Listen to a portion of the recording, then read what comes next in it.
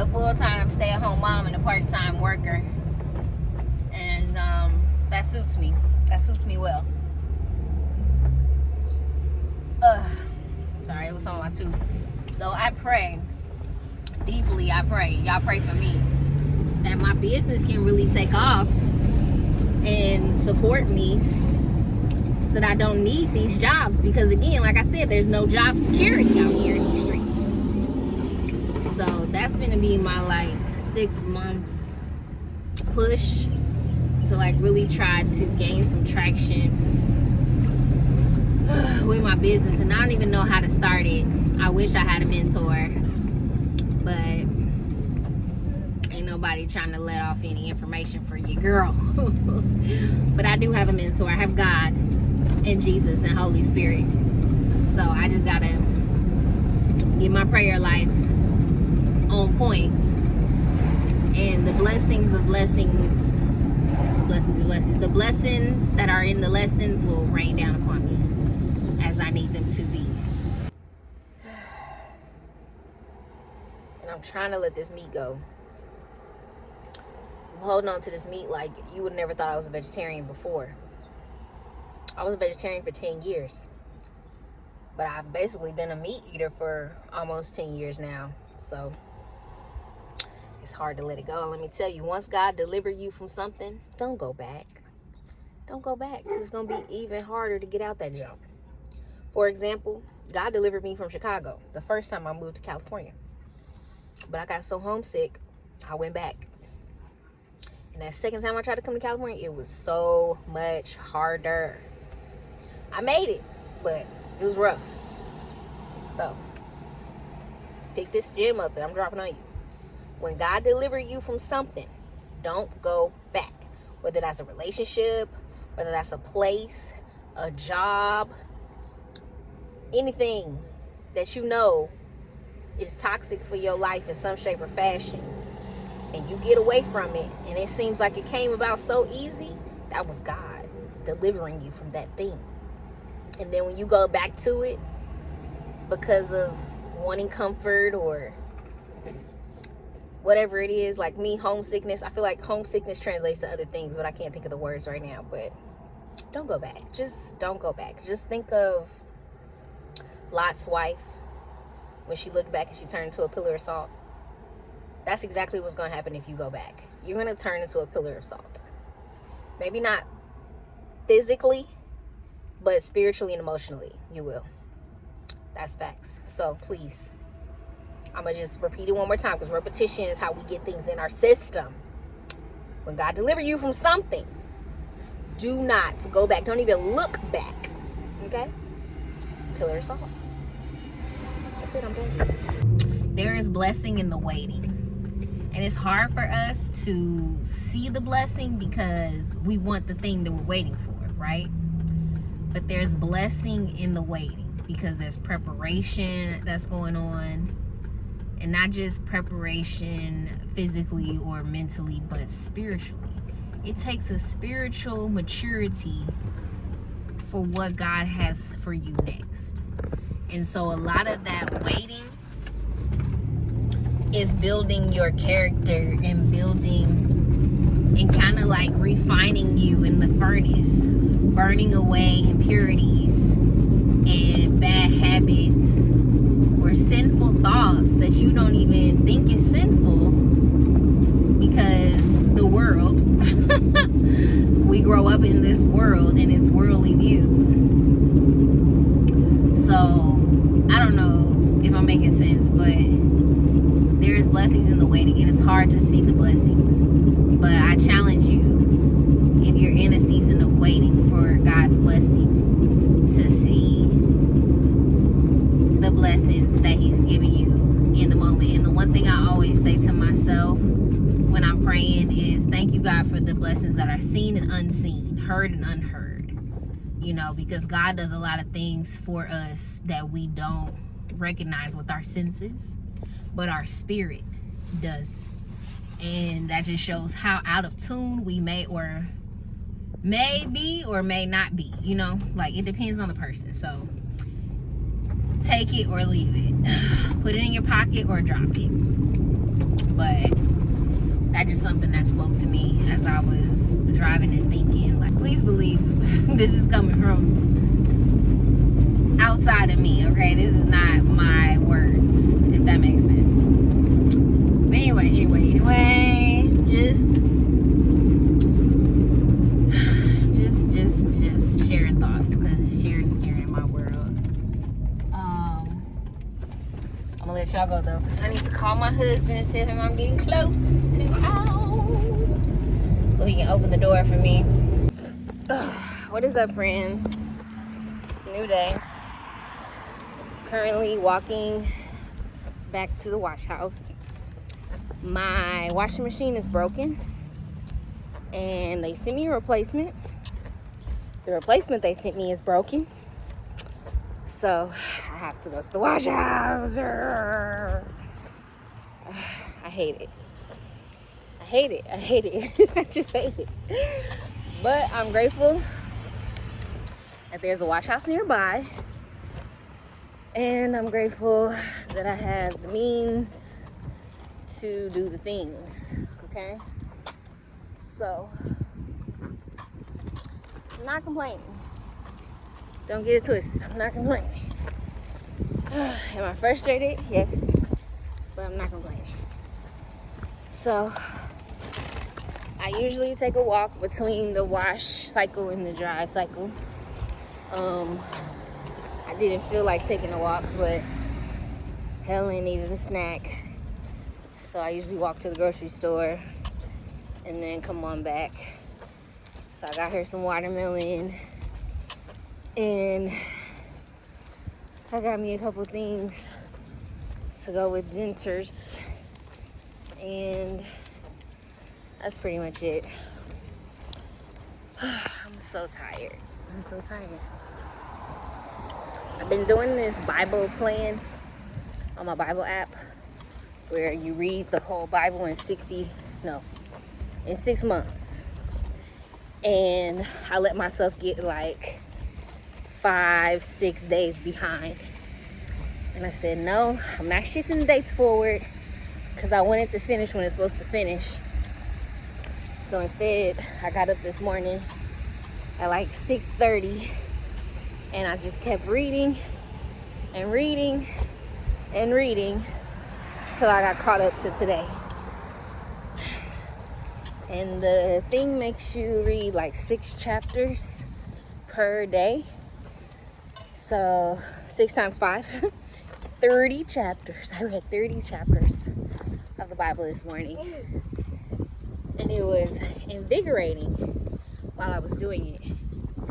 But now I feel like I wanted that sleep. Because this was the first time in the morning that Helen slept till like 9 a.m. Usually if I wake up at 6:30, she'll wake up at 6:45. If I wake up at 6 o'clock, she can wake up at 6:15. Like, she knows when I'm out the bed. How I tricked her this morning was I stayed in the bed and I just read my Bible on my phone. So she was able to get some sleep, and I've learned that her temperament is a lot better when she gets good sleep. When she wakes up and it's too early and she didn't get good sleep that night, she is whiny until nap time. And then if that nap wasn't good enough, she is whiny until bedtime. So today she was sleeping. I was like, let her sleep, Lord, let her sleep. So I enjoyed the quiet time. I enjoyed being able to catch up on my Bible so that I could finish it when I'm supposed to finish it. Because 6 months is 180 days. So I think I'm on like day 156, give or take. So I basically finish it at the end of this month if I stay on track. And I want to stay on track. So I'm proud of myself for that. That was a great accomplishment for me today. Because once you get past like 1 or 2 missed days, it's like, shift the days forward. And I've done that already a few times. and I don't want to do it anymore because I wanted to be done with it in October. So I would have been done with it at the beginning of October if I hadn't shifted days forward so many times. So now I'm like, nah. We gotta finish it in October. So I'm excited for that. But after washing these clothes and taking this walk that I didn't want to take, I'm gonna be tired. And I'm still contemplating on whether I'm gonna go to work today or not. Because they got homecoming today, the football game. And it's a really long thing. Like the game be going to like 11 o'clock at night. I don't know if I want to go.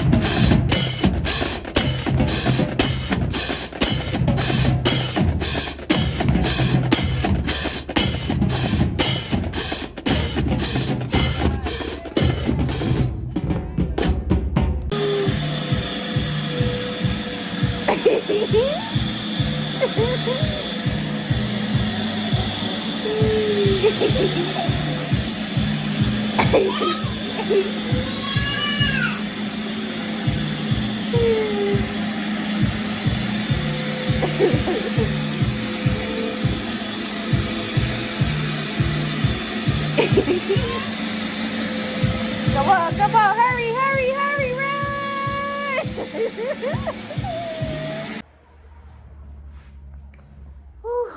What is up, friends? Welcome back. I'm trying to get about this sandwich before this home visit lady come. We in this home visit program. The lady used to come 4 times a month, but then they bumped me up because I was so consistent. Where now she comes 2 times a month, and then probably by the end of this year, she says she'll bump it to where I can just do 1 visit a month. But I like the program. They give us free diapers and wipes once a month. Those always come in handy. When I run out of my box, I be having my little stash of diapers that they gave me. And then they be giving me like different little activities I can do with her, given her age bracket. We started the program when she was 3 months. So now she's at that age where the activities are a little bit more interesting. And then they just help me find resources for stuff like I've changed workers a few times because their program has shifted due to funding issues. But my original worker, she helped me get a grant um, through this program that was connected to their agency. So that was a blessing. And then when Christmas, Thanksgiving, all that roll around and they be giving out free stuff, they always, you know, be the first to get it. And they be looking out. Like I told her I was trying to potty train Helen, so if she had any resources on that or any potty seats or whatever. I have a potty seat, but Helen ain't really feeling it, so I'm trying to see if it's like something. And it'd be good to just have multiple potty seats, so I can have one in our playroom area and one in the bathroom, for just in case because I don't know how to potty train this girl. I'm about to learn for the first time in my life. I help potty train my brother, but boys are easier to me because they kind of enjoy whipping their little things out. Girls, I don't know what I'm doing, I'll be honest. But I'm gonna have to figure it out because I need her to be potty trained ASAP because these diapers are getting so ridiculous. I have to wear a N95 mask when I change her boo-boo diapers now. Like, it's that real out here. Anyway, I'm supposed to be taking a bite of this sandwich. I made a bacon, lettuce, avocado.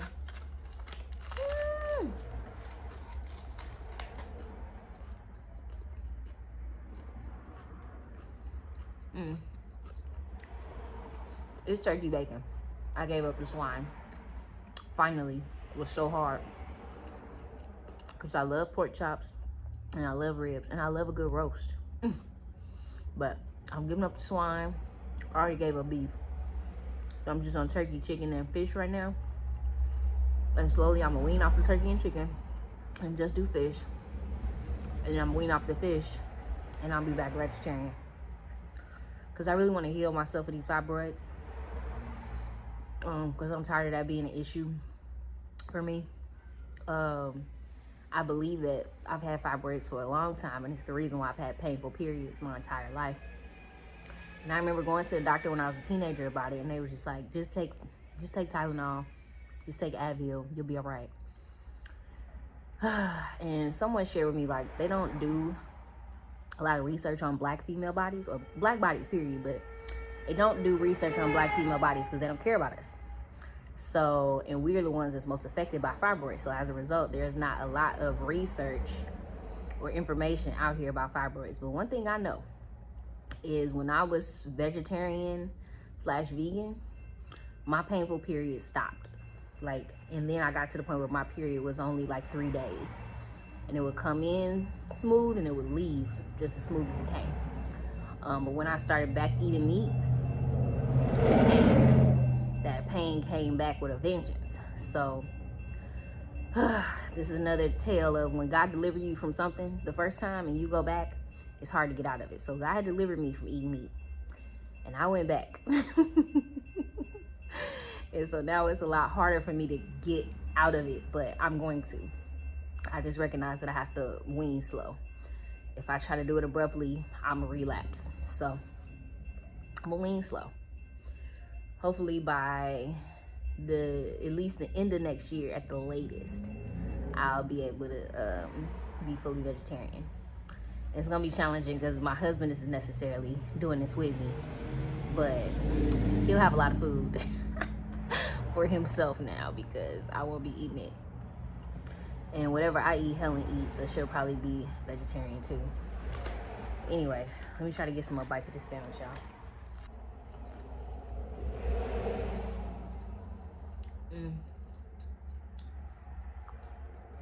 To eat by myself peacefully, that's what this moment is about, okay? Because I fed Helen already. She ate first. But as soon as she saw me try to eat my sandwich, she, girl, you don't even want this. You really don't. So Daddy took her outside so she could have her little morning stroll in the backyard with him. And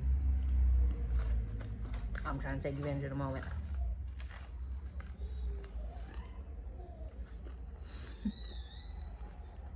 I hear her, she's back.